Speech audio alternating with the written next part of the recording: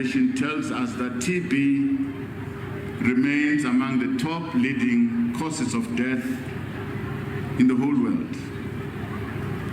For South Africa, this is true.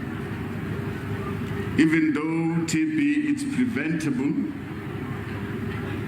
even though TB is curable, in our country it remains one of the leading causes of death. Dilemo tse pedi tse fetileng naha ya Afrika Borwa e ntse e tsepamisitse maikutlo mehatong ya ho lwantsha sewa sa COVID-19.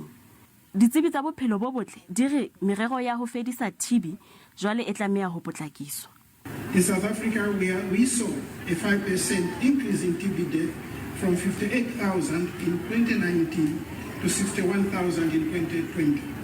Diphephetso tseo lefapha la bophelo bo botle di teaneng le tsona di etsa hore ho be thata ho lwantsha TB. Communicable diseases like tuberculosis, malaria, many others, but also non-communicable diseases have suffered as a result of too much of the pressure of COVID.